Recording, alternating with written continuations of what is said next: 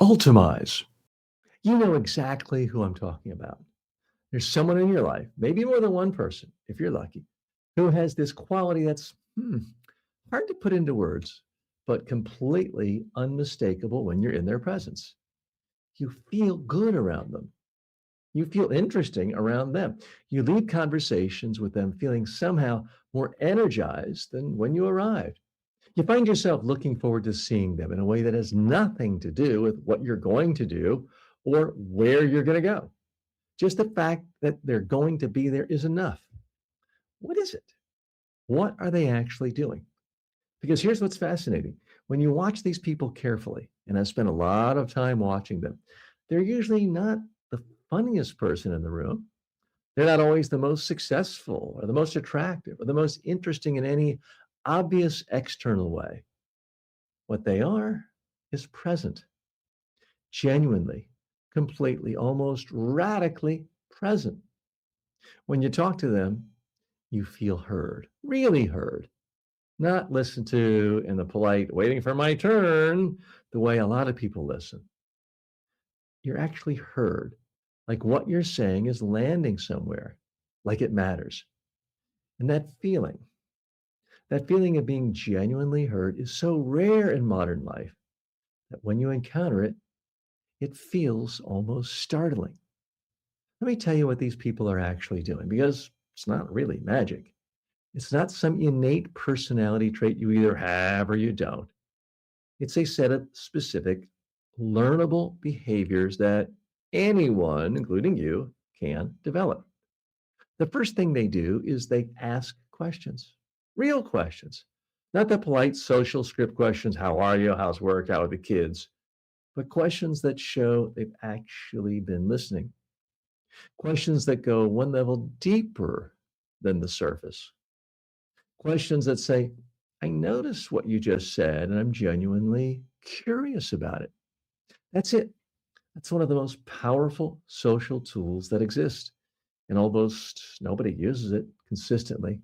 Think about the last 10 conversations you had. How many of them involved someone asking you a follow up question that made you feel like they'd actually been paying attention? Not many, probably not many at all.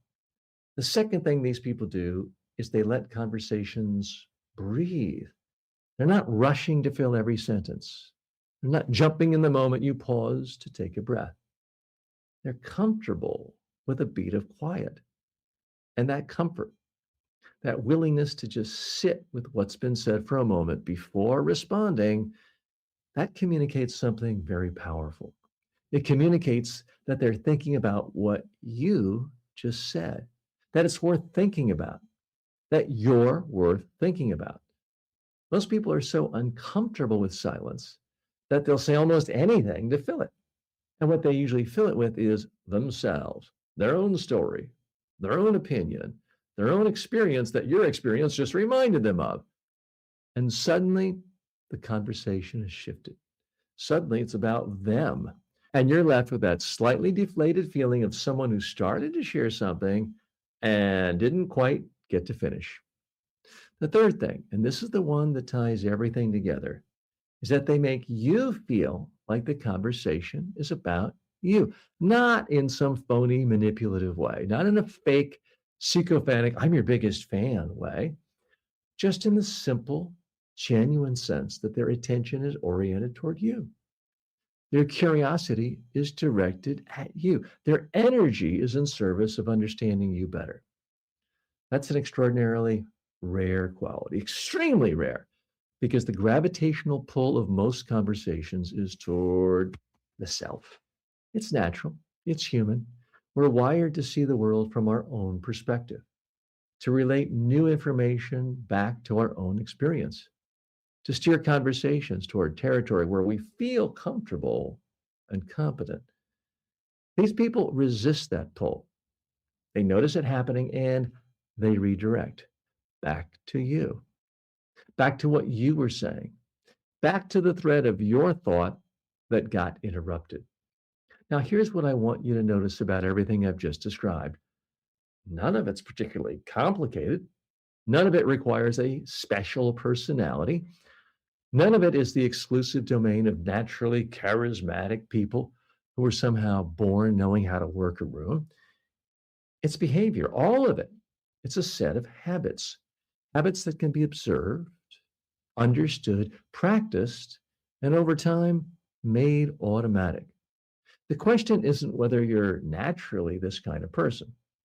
The question is whether you're willing to become this kind of person. Because the people who have developed these habits, who've made presence and genuine curiosity and real listening into automatic default behaviors, those people, they move through the world differently. They really do. Doors open for them that don't open for other people, not because they're necessarily more impressive, but because they're more enjoyable to be around. And in the long run, enjoyable to be around is one of the most underrated competitive advantages a person can have. People hire people they enjoy being around. They promote them, they refer them, they call them first when something good comes up. They invite them into the rooms that other people never get access to. All of it flows from a set of behavioral habits that are completely learnable. That's what this is about. Not becoming someone you're not, becoming a note to editor redo. Not becoming someone you're not, but becoming a better, more deliberate, more conscious version of who you already are. And it starts with understanding what these people are actually doing and then deciding consciously and deliberately to do it too.